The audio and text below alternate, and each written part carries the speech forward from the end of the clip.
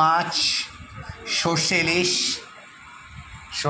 সবাই খাচ্ছে, এদিকে মা খাচ্ছে, এদিকে পাপা খাচ্ছে।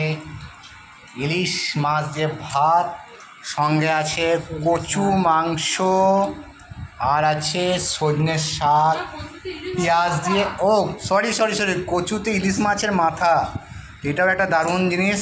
কচুতে ইলিশ মাছের মাথা, সর্ষে। এদিকেও সবাই খাচ্ছে, বাঙালিদের প্রিয় খাবার, সর্ষে ইলিশ ছাড়া আর কিছু লাগেই না। একদম সর্ষে ইলিশের সঙ্গে সত্যি আর কিছু লাগে না। সত্যি মানে ইলিশ মাছের সঙ্গে আর অন্য কিছু লাগে না। এমনি তরকারিটা শুধুই যেন খাওয়া।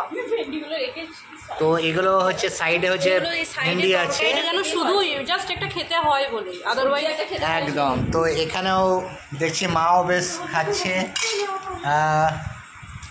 রুমনও খাচ্ছে সর্ষে ইলিশ। আজকে ইলিশটার সাইজ কত ছিল? 700 গ্রাম। 700 গ্রামের সাইজ অবশ্য।